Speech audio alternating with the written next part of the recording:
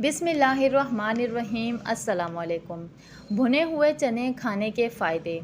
माहिरीन खुराक का कहना है भुने हुए चने खाने से बहुत से मसाइल पर आसानी से काबू पाया जा सकता है। जिसके जिस्म में आयरन की कमी हो वो भुने हुए चनों के साथ गुड़ खाएं, इससे आयरन की कमी दूर हो जाएगी।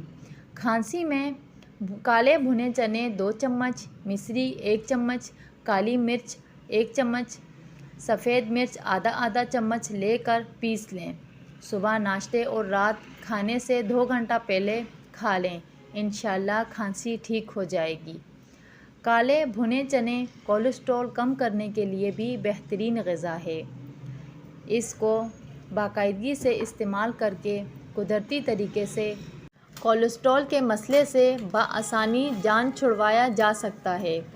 अगर ख़वातीन काले भुने चनों का इस्तेमाल करें तो वो जोड़ों के दर्द, खून की कमी, थकावट, ज़हनी कमज़ोरी से छुटकारा हासिल कर सकती हैं।